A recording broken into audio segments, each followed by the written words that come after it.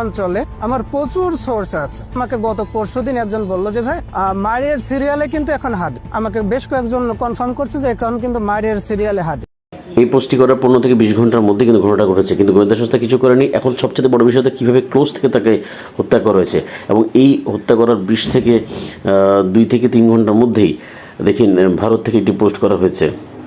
সেই পোস্টে কিন্তু খুব খুশি বা উদযাপন করছে তারা, এবং দেখেন তিনি কিন্তু বারবার বলেছে 30 নাম্বার থেকে করা হয়েছিল, কিন্তু গোয়েন্দা সংস্থা কিছুই করেনি এবং তাকে পরিণতি নিতে হলো এই ভয়াবহ। এবং তার ব্রেনে যে ধরনের ড্যামেজ হয়েছে, এই ড্যামেজটা ভয়ঙ্কর ড্যামেজ কিন্তু, এবং সেটাকে বলা যায় যে একদম ডেড, ব্রেন ডেড হয়ে গেছে।